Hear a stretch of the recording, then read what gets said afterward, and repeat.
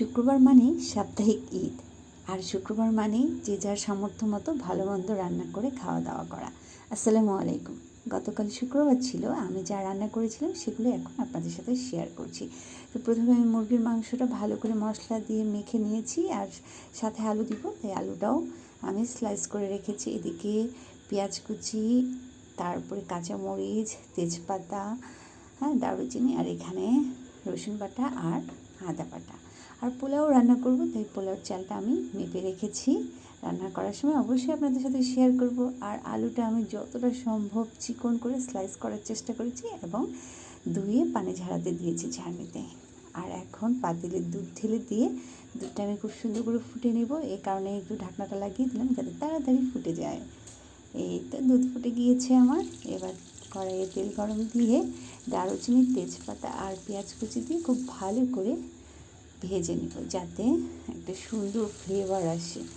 এরপরে কিন্তু আমি একে একে সব মশলা দিয়ে মশলাটা কষিয়ে নিয়েছি। আর এখন দিয়ে দিচ্ছি মাখিয়ে রাখা মুরগির মাংসটা দিয়ে বেশ কিছুক্ষণ একটু নেড়ে চেড়ে দেবো। তো এরপরে যে বাটি ধোয়া পানিটা ছিল সেটাও আমি দিয়ে দিচ্ছি, দিয়ে একটু ঢাকনাটা চাপে দিব যাতে করে মাংসটা আমার সিদ্ধ হয়।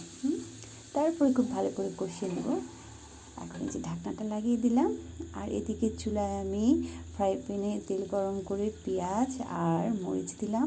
এরপর দিচ্ছি একটু রসুন বাটা দিয়ে ভেজে নিচ্ছি যাতে কাঁচা ফ্লেভারটা চলে যায়। এবার দিয়ে দিলাম জিরা ফোড়ন, আর এই যে আগে থেকে যে আলুটা রেখেছিলাম সেটা দিয়ে দিলাম। দিয়ে এখন পরিমাণ মতো লবণ, হলুদ দিয়ে দিচ্ছি। দিয়ে খুব ভালো করে নেড়ে চেড়ে দিব যাতে সব কিছু একসাথে খুব সুন্দর করে মিশে যায়। এই তো সুন্দর করে দিলাম। এদিকে ঢাকনাটা একটু উঠিয়ে দেখি পানিটা টানলো কিনা মুরগির মাংসটা। এই তো আস্তে আস্তে পানি টেনে নিবে। এখনই আবার একটু চাপা দিচ্ছি। এই যে আলু দিয়ে রান্না কিন্তু হয়ে গিয়েছিল। আর এদিকে আমি পটল ভাজি করব। পটলটা একটু অন্যরকম করে আমি ভাজবো আজকে, সেটা একটু দেখিয়ে দিলাম। আর এদিকে পরে আমি জিরা, ধনিয়া, তারপরে কয়েকটা গোলমরিচ আর কয়েকটা সাদা এলাচ হালকা করে ভেজে নিচ্ছি। এবার আমি সবগুলো উপকরণ ব্লেন্ডারে দিয়ে দিব, দিয়ে খুব সুন্দর করে মিহি করে ব্লেন্ড করে নিব। এই তো এবার আমি কাচের জারে সংরক্ষণ করছি। এই মশলাটা যে কোনো তরকারিতে কিন্তু খাওয়া যায়, আর চটজলদি কাজটা হয়, এই জন্য এই পদ্ধতি।